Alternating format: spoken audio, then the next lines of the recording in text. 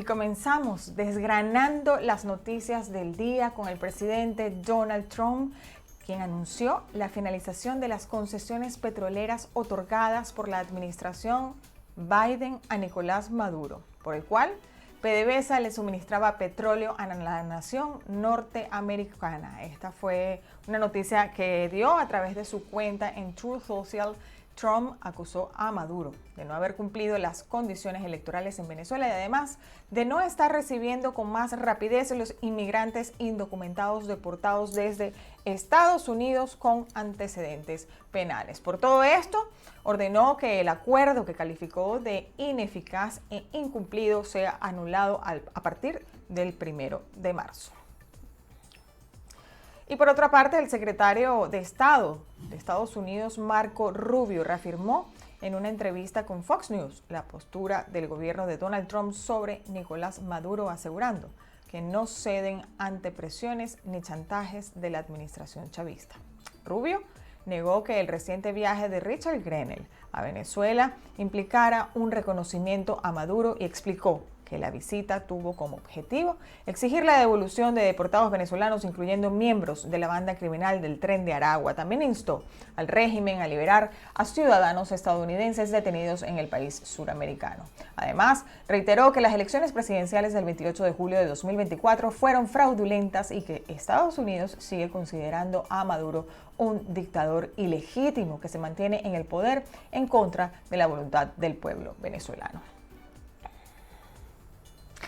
Y las recientes decisiones del presidente estadounidense Donald Trump en materia de política exterior están redefiniendo el equilibrio global. El internacionalista Félix Arellano advierte que este nuevo enfoque apunta a un orden liberal, con implicaciones que podrían transformar las relaciones internacionales. Veamos en detalle cómo se configura este escenario y qué impacto podría tener en el panorama mundial. Donald Trump volvió a la Casa Blanca decidido a inaugurar una nueva etapa. Con ella, ha revolucionado el tablero internacional con el inicio de una guerra comercial con China y prometiendo poner fin a la guerra de Ucrania sin contar con la presencia de socios claves en la mesa de negociaciones, como la Unión Europea o la propia Ucrania. Para el internacionalista Félix Arellano, durante este periodo Trump apuesta por un orden iliberal en el que priven los intereses económicos. El contexto internacional está muy complejo, venía difícil y ahora hablamos de un efecto Trump que ha tornado mucho más compleja la situación. Podríamos decir que estamos en un esquema fragmentado que tiende hacia un orden iliberal, a diferencia del orden que se venía después de la Segunda Guerra Mundial, que era el orden liberal, basado en principios, instituciones democráticas, derechos humanos, multilateralismo.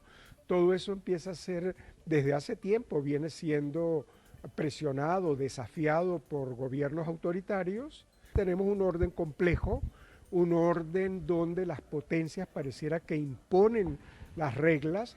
Eso lo hemos vivido ya históricamente, lo que se llamó el concierto europeo previo a la Primera Guerra Mundial. Arellano indicó que en ese contexto iliberal, el régimen de Venezuela encuentra oportunidades debido a sus relaciones con Rusia y China. Sin embargo, no tiene gran poder de negociación. Lo que ocurre es que todo orden de poder, los países pequeños no tienen mayor capacidad de acción.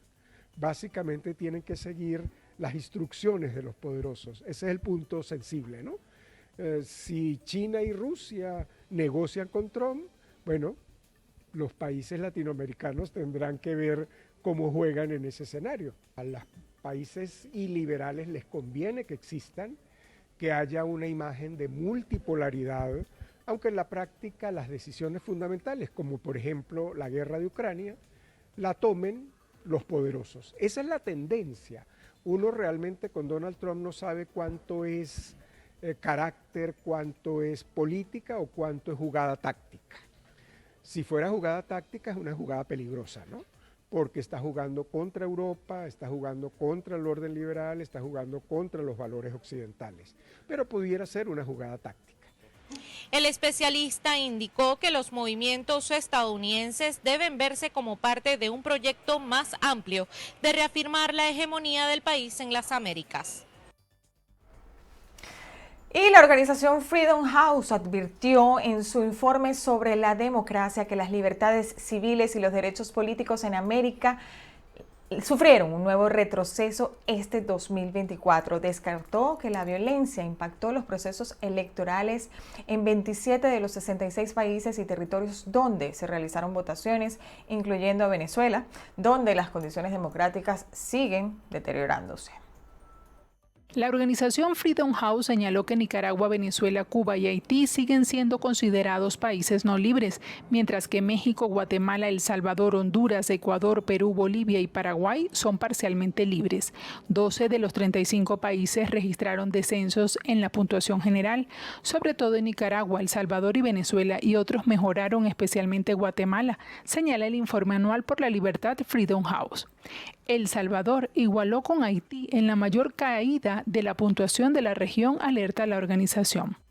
En Venezuela, donde las libertades han disminuido precipitadamente durante los últimos 12 años bajo el mandato de Nicolás Maduro, las autoridades descalificaron a la líder opositora más popular del país, María Corina Machado, de las elecciones presidenciales de julio y amenazaron con procesar penalmente a quienes participaran en una primaria de la oposición.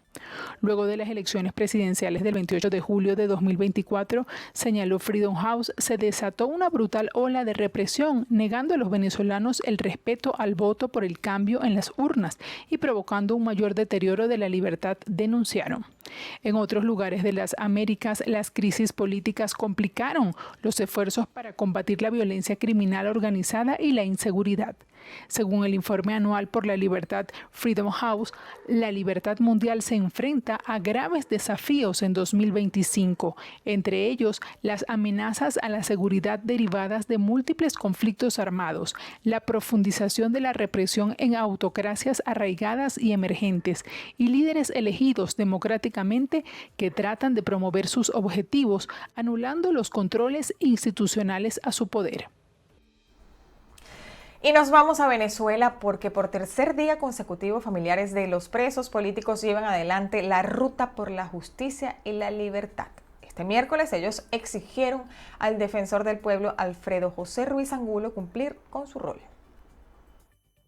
El Comité por la Libertad de los Presos Políticos y Familiares acudió este miércoles ante la Defensoría del Pueblo en el centro de Caracas, tercera parada en lo que han definido como la ruta de la justicia y la libertad, y así exigir el acompañamiento y la defensa de los derechos de todos los detenidos por razones políticas en Venezuela. A través de sus redes sociales, la organización no gubernamental Provea explicó que madres, familiares, amigos, trabajadores y defensores exigieron a Alfredo Ruiz y a la Defensoría del Pueblo que cumpla con su deber y garantice protección y defensa de los derechos de presos políticos, intervención y acompañamiento a las víctimas de la represión. El rol de la Defensoría del Pueblo es la vigencia y el cumplimiento de los derechos y la garantía de los ciudadanos para que no sean violadas por los funcionarios públicos dentro de la administración pública. En este aspecto, nosotros aquí venimos a solicitarle al señor Alfredo Ruiz las violaciones sistemáticas a las que han sido cometidas nuestros familiares. Detenciones arbitrarias. Han sido detenidas muchas personas sin orden de detención ni delito. Desaparición forzada, no les permiten la llamada. Los organismos de seguridad se comportan como las organizaciones criminales que secuestraban anteriormente. Deben cumplir con su patrón, deben dar el derecho a la llamada. No reciben en tribunales de la habeas corpus. Está la negación del derecho a la defensa. Desde el pasado lunes, familiares de los presos políticos en Venezuela iniciaron la ruta por la libertad y la justicia para exigir garantías para el derecho a la defensa de sus seres queridos y una tutela judicial efectiva. En esta iniciativa han recorrido el Palacio de Justicia, la Defensoría Pública, la Defensoría del Pueblo y este jueves acudirán al Ministerio para el Servicio Penitenciario. Y este miércoles lamentablemente se confirmó el fallecimiento de Fernando Martínez Motola, exministro venezolano y quien fue uno de los dirigentes opositores que había salido de la Embajada de Argentina en Caracas, donde permaneció algunos meses como refugiado político.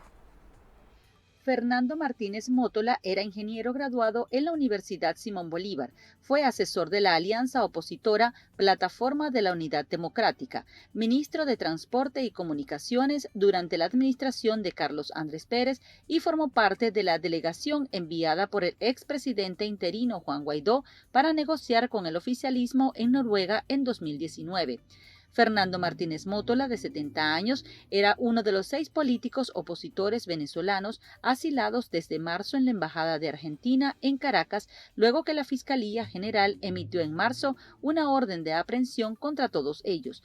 Los señalaba de estar vinculados con presuntos actos de violencia para desestabilizar al gobierno. El 20 de diciembre de 2024, Fernando Martínez Mótola dejó la sede de la Embajada Argentina luego de llegar a un acuerdo con Tarek William Saab, fiscal del régimen de Maduro.